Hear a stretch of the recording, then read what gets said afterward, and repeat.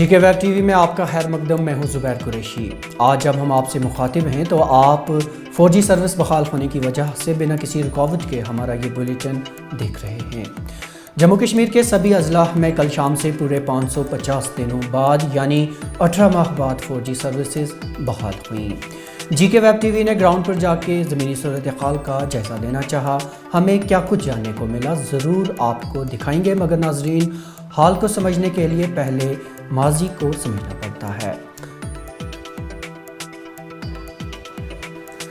5 اگست 2019 کو جموں کشمیر میں دفعہ 370 کی تنسیخ اور جموں کشمیر کو 2 مرکزی زیر انتظام والی اکائیوں میں تبدیل کرنے کے اعلان سے کچھ گھنٹے پہلے ہی جموں کشمیر میں مواصلاتی بندشیں عائد ہو گئی، انٹرنیٹ بھی منقطع کیا گیا۔ اس کے بعد لگاتار 12 دنوں تک وادی کا بیرون دنیا سے مواصلاتی رابطہ مکمل طور پر منقطع رہا۔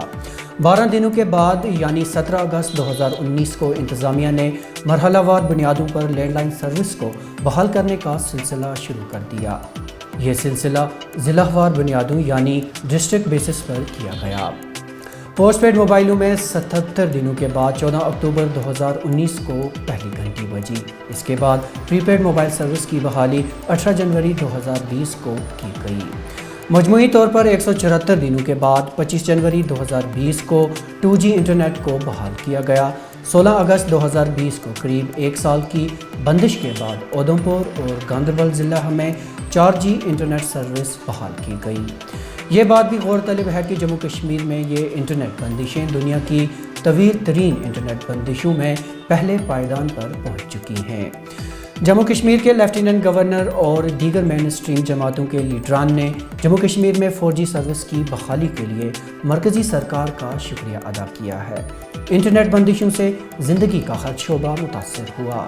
میڈیا اداروں میں انٹرنیٹ کی عدم رسائی نے انہیں میڈیا سہولیاتی مرکز کے 8 کمپیوٹر کے رحم و کرم پر چھوڑتے ہوئے 2 بوند انٹرنیٹ کا استعمال کرنے پر مجبور کر دیا۔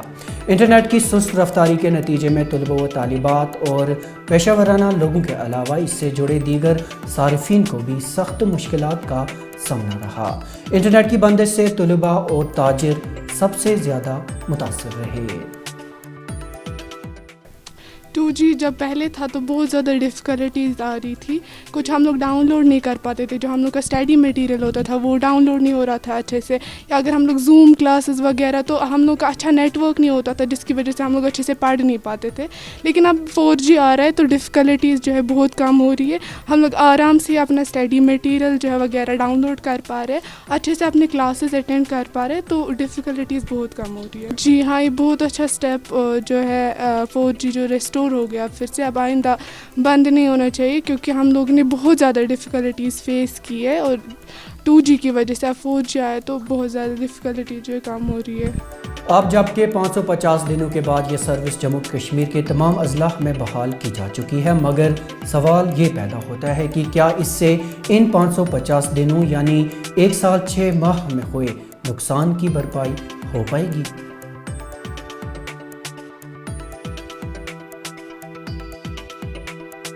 جی سر، ایکچولی سر میں ایک سافٹ ویئر انجینئر ہوں اور زیادہ تر ہم ویب ڈیولپمنٹ پہ فوکس کرتے ہیں، تو سر کیونکہ میرا وابستہ زیادہ ہوں انٹرنیٹ سے ہی، تو 4G جو نہیں تھا ابھی تک ہم کو یہاں پہ بند تھا، اس کی وجہ سے ہم کو بہت پرابلمس فیس کرنی پڑتی تھی۔ جو بھی ہم کلائنٹس کے لیے ڈیموز تیار کرتے تھے ان کو دکھانے کے لیے ان کو فاسٹ سپیڈ ضرورت ہوتی تھی، لیکن یہاں پہ 2G سپیڈ ہوتی تھی، تو اس وجہ سے ہمیں ڈیمو دکھانے میں بھی بہت پرابلمس ہوتی تھی۔ خود بھی جب ہم کام کرتے تھے، کیونکہ ہم سرور پہ زیادہ تر کام کرتے ہیں، تو ہمیں سپیڈ کی بہت ضرورت ہوتی تھی، لیکن سپیڈ تو نہیں ہوتی تھی، کیونکہ اب 4G اسٹارٹ ہو گیا ہے تو اب تو بہت راحت ملے گی۔ اب تو بہت لاس تو بہت ہوا ہے، کیونکہ ہمیں بہت سارے کلائنٹس کو ڈکلائن کرنا پڑا، ہم نے ان کا کام نہیں پکڑا اس وجہ سے، کیونکہ ہمارے پاس جو ہے ریسورسز نہیں تھے، سپیڈ نہیں تھی، جس وجہ سے ہمیں ڈکلائن کرنا پڑتا تھا۔ اور اتنا ہی نہیں، جب ہم فار ایگزامپل ابھی آپ دیکھ سکتے ہیں کہ انٹرنیٹ تو بیسک یہ بن گیا ہے نا، تو اگر ہم باہر جاتے ہیں کچھ بائی کرتے ہیں، آپ دیکھ سکتے ہیں ہم آن لائن آج پے کرتے، پے ٹی ایم کے تھرو کرتے، تو ہم نہیں کر پاتے تھے، کیونکہ 2G پہ جو ہے کبھی ٹرانزیکشنز کا ایشو ہو جاتا تھا، مسئلہ ہو جاتا تھا، تو ہم کیا کرتے تھے، ہم اوائڈ ہی کرتے تھے ڈیجیٹل ٹرانزیکشنز یوز کرنا، لیکن ابھی ہم ڈیجیٹل ٹرانزیکشنز کر پائیں گے۔ تو ناظرین، یہ تو کچھ بات تھی 4G کے حوالے سے، اور اب رخ کرتے ہیں کچھ دیگر خبروں کی جانب۔ آج ڈی ڈی سی چیئرپرسن اور وائس چیئرپرسن کے لیے ووٹ شماری میں ضلع سری نگر اور شوپیاں میں اپنی پارٹی کے امیدوار منتخب ہوئے، جبکہ کلگام میں سی پی آئی ایم کا چیئرپرسن اور نیشنل کانفرنس کی وائس چیئرپرسن بلا مقابلہ کامیاب قرار دیے گئے۔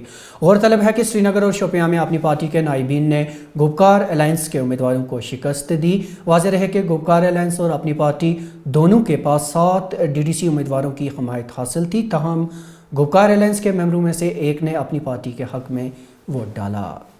میں شہر سری نگر کے لوگوں کو یہ مبارکبادی دینا چاہتا ہوں۔ یہ ان کی جیت ہے، یہ اپنی پارٹی کی جیت نہیں ہے۔ ان کا بھروسہ ہے اپنی پارٹی پہ، جو آج شہر سری نگر میں رزلٹ آئے ڈی ڈی سی کے، اسی طرح شوپین میں جو رزلٹس آئے، میں شوپین کے عوام کو اس کا شرے دینا چاہتا ہوں، مبارکبادی دینا چاہتا ہوں، اور دونوں اضلاع کے لوگوں کو یقین دہانی دلانا چاہتا ہوں جو بھروسہ انہوں نے اپنی پارٹی پہ کیا ہے۔ انشاءاللہ یہ جو نئے ڈی ڈی سی چیئرمین یا ڈی ڈی سی کا کونسل ہی پورا جو ہمارا بنا ہے، یہ پورا عوام کی خدمت کرے گا انشاءاللہ، اور اس میں کوئی ایموشنل نعرہ بازی نہیں ہوگی۔ کام کرنے والے لوگ ہیں، لوگوں کی خدمت کریں گے، اور لوگوں کی خدمت کے لیے ہی سامنے آئے ہیں ہم لوگ۔ جموں کشمیر کے لیفٹیننٹ گورنر منوج سنہا نے ورچوئل تقریب سے خطاب کے دوران کہا کہ ان کی حکومت جموں کشمیر کی سماجی اقتصادی تبدیلی کو ممکن بنائے گی۔ انہوں نے کہا کہ میرا نشانہ اگلے 5 برس میں جموں کشمیر کے 80% نوجوانوں کے لیے کام کے مواقع پیدا کرنا ہے تاکہ نوجوان ترقی کا انجن بن پائیں۔ ایل جی کا کہنا تھا کہ ہم مل کر اس مقصد کو حاصل کر سکتے ہیں۔ عالمی بینک کے مالی تعاون سے چلنے والے منصوبے کے تحت گورنمنٹ میڈیکل کالج اور ایسوسی ایٹ اسپتال راجوری میں محکمہ صحت کو 2 ڈائلیسس یونٹوں سمیت متعدد اہم طبی ساز و سامان موصول ہوا ہے۔ یاد رہے کہ میڈیکل کالج راجوری کے لیے یہ امداد 2016 میں منظور ہوئی تھی، جس پر 2019 میں کام شروع ہوا تھا۔ جی ایم سی راجوری کے پرنسپل نے اس پر اطمینان کا اظہار کرتے ہوئے اسے ایک خوشائند بات کہا ہے۔ تو یہ ایک بہت ہی اچھی چیز ہوئی ہے، خاص کر راجوری کے لیے، جہاں پر راجوری پونچھ دونوں جگہوں کا ایکسپیکٹیشن نئے میڈیکل کالج سے اور ہم سے لوگوں کو بہت توقع ہوتی ہے۔ تو ہم اب یہی کہہ سکتے ہیں کہ کافی حد تک ہماری مشکلات دور ہو جائیں گی، اور آگے بھی اگر ورلڈ بینک سے کوئی ایسی ملتی ہیں چیزیں تو ہمیں اچھا لگے گا، اور it is good from general point of view in interest of patient care. لوگوں کی سہولیات کے لیے ہی نیشنل پروگرامز ہیں، اس میں ورلڈ بینک کا جے اینڈ کے یو ٹی کو جو ملا ہے ہم اس کو پوری طرح سے یوٹیلائز کر لیں گے۔ ورلڈ بینک کی طرف سے ایک خاص پروجیکٹ کے تحت جموں و کشمیر میں کئی صحت مراکز کے اندر ساز و سامان مہیا کروایا جا رہا ہے تاکہ جو طبی نظام ہے اس میں بہتری لائی جا سکے۔ اسی کڑی میں راجوری کے government medical college and associated hospital میں بھی ورلڈ بینک فنڈڈ پروجیکٹ کے تحت کئی مخصوص جو ساز و سامان ہے وہ پہنچا ہے، جس کی کچھ جو مشینری ہے وہ یہاں آ بھی چکی ہے اور اس کا انسٹالیشن کا کام چل رہا ہے۔ گورنمنٹ میڈیکل کالج راجوری کے پرنسپل ڈاکٹر کلدیپ سنگھ نے بھی بتایا کہ اس ورلڈ بینک فنڈڈ پروجیکٹ کی وجہ سے جو ساز و سامان انہیں ملا ہے اس کی وجہ سے اسپتال کے اندر نظام میں بہتری لانے میں کافی مدد ملے گی۔ راجوری سے جی کے ویب ٹی وی کے لیے میں سومت بھارگو۔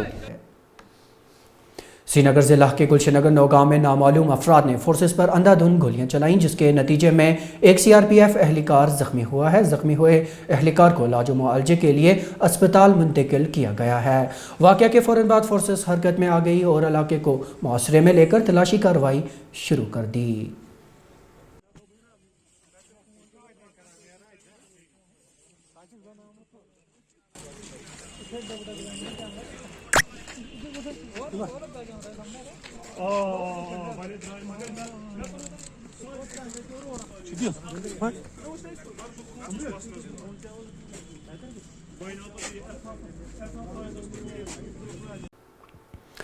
جموں کشمیر کے ضلع پونچھ کے سرن کوٹ علاقے میں آج فوج نے ایک راکٹ لانچر شیل کو ناکارہ بنا دیا۔ سرکاری ذرائع کے مطابق سرن کوٹ کے مہرچھائی علاقے میں فوج کی 16 RR کی ایک پارٹی نے ایک راکٹ لانچر شیل پایا۔